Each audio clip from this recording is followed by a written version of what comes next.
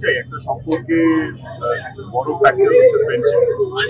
ফ্রেন্ডশিপে যদি এফেক্ট পড়ে তখনই আসলে চিট হয়।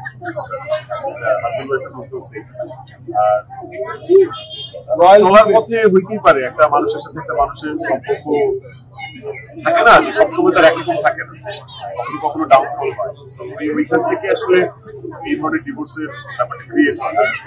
আর অহরহ ডিভোর্স দেখা যাচ্ছে, এইটা আসলে আমার কাছে মনে হয় যে এটা পার্সন ওয়াইজ ভ্যারি করে। এইখানে এই কারণে এইভাবে গান গাইলে আসলে বাজে গান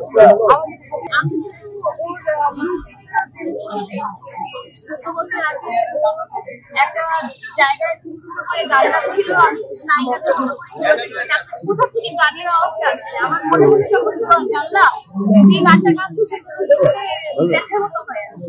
তারপর যা দেখি যে দেখলো যে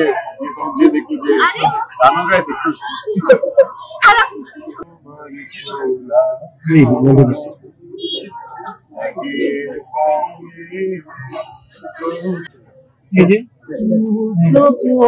ঠিক আছে।